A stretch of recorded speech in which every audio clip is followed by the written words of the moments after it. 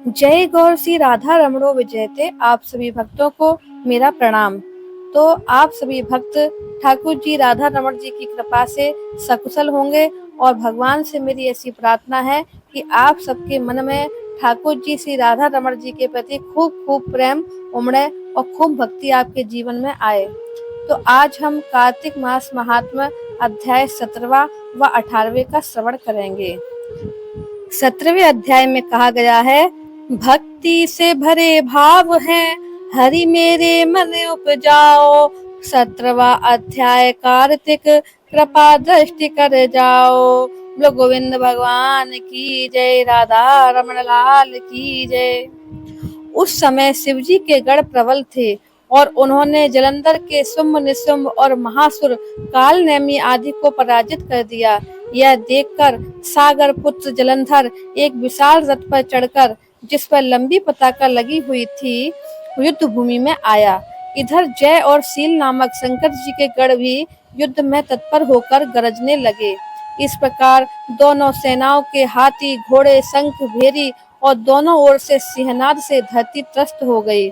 जलंधर ने कुहरे के समान असंख्य बाणों को फेंककर पृथ्वी से आकाश तक व्याप्त कर दिया और नंदी को 5, गणेश को 5 और वीरभद्र को एक साथ ही 20 बाण मारकर उसके शरीर को छेद दिया और मेघ के समान गर्जना करने लगा।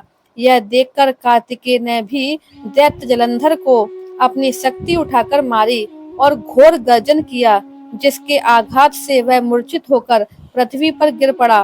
परंतु वह शीघ्र ही उठा और क्रोधाविष्ट होकर कार्तिकेय पर अपनी गदा से प्रहार करने लगा। ब्रह्मा जी के वरदान की सफलता के लिए शंकर पुत्र कार्तिकेय पृथ्वी पर सो गए। गणेश जी भी गदा के प्रहार से व्याकुल होकर धरती पर गिर पड़े। नंदी व्याकुल होकर गदा प्रहार से पृथ्वी पर गिर गए।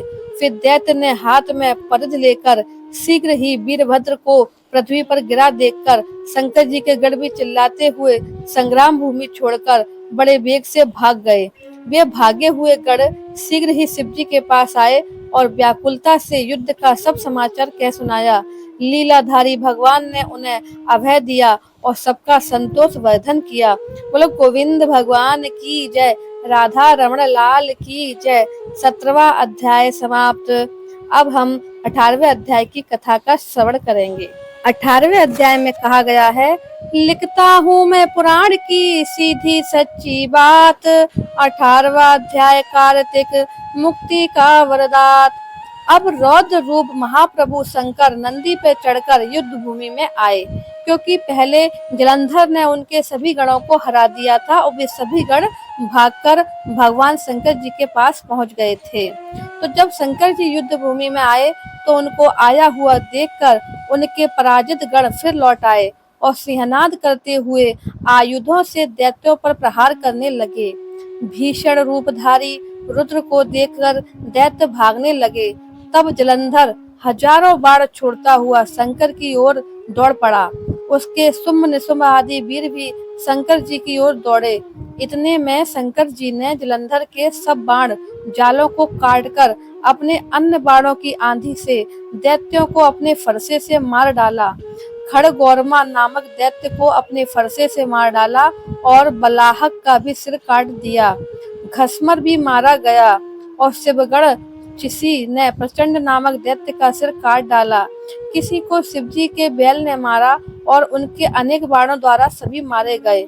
यह देखकर जलंधर अपने शुंभादिक दैत्यों को धिक्कारने लगा और भयभीतों को धैर्य देने लगा, पर किसी प्रकार भी उसके भयग्रस्त दैत्य युद्ध को नहीं आते थे।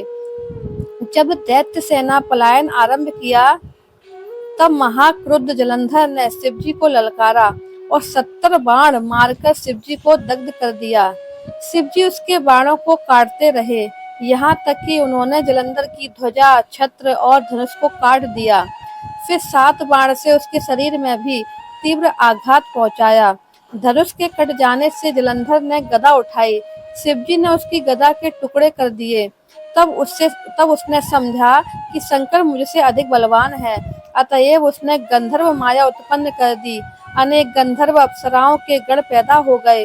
वीणा और मृदंग आदि बाजों के साथ नृत्य व गान होने लगा। इससे अपने गणों सहित रुद्र भी मोहित होकर एकाग्र हो गए। उन्होंने युद्ध बंद कर दिया। फिर तो काम मोहित जलंधर बड़ी शीघ्रता से शंकर का रूप धारण कर वृषभ पर बैठकर पार्वती जी के पास पहुंचा। उधर जब पार्वती ने अपने पति को आते देखा तो अपनी सखियों का साथ छोड़ दिया और आगे आई। उन्हें देखकर कामातुर जलंधर का वीरपात हो गया और उसके पवन से वह जड़ भी हो गया। गौरी ने उसे दानव समझा, वह अंतर्ध्यान हो गई, उत्तर की मानस पर चली गई। तब पार्वती ने विष्णु जी को बुलाकर दैत्य धन का वह कृत्य कहा और यह प्रश्न किया कि क्या आप इससे अवगत हैं? भगवान विष्णु ने उत्तर दिया, आपकी कृपा से मुझे सब ज्ञात है। हे माता, आप जो भी आज्ञा करेंगी मैं उसका पालन करूंगा। जगत माता ने विष्णु जी से कहा, उस दैत्य ने जो मार्ग खोला है उसका अनुसरण उचित है। मैं तुम्हें आज्ञा देती हूँ कि उसकी पत्नी का पतिव्रत धर्म भ्रष्ट करो, वह दैत्य तभी मरेगा। पार्वती जी की आज्ञा पाते ही विष्णु जी उसको सिरोधार्य कर छल करने के लिए जलंधर के नगर की ओर गए। बोलो गोविंद भगवान की जय, राधा रमण लाल की जय। कार्तिक मास महात्म्य अध्याय 18 समाप्त। तो प्रिय भक्तों, आज आपने कार्तिक मास महात्म्य अध्याय 17वां व 18वां की कथा सुनी। तो इन अध्यायों की कथा आप नित्य श्रवण करते रहिए और आगे भी हम कार्तिक मास महात्म्य के अनेक अध्यायों को आपके सामने लेके आएंगे, तो आप उनका श्रवण अवश्य करें। और ठाकुर जी, राधा रानी और विष्णु भगवान जी की कृपा आप सभी के ऊपर खूब बरसे और वृंदा देवी की कृपा आप पे खूब बरसे। तुलसी मैया के सेवा में आप सभी की प्रीति हो। तो जय राधा रमण।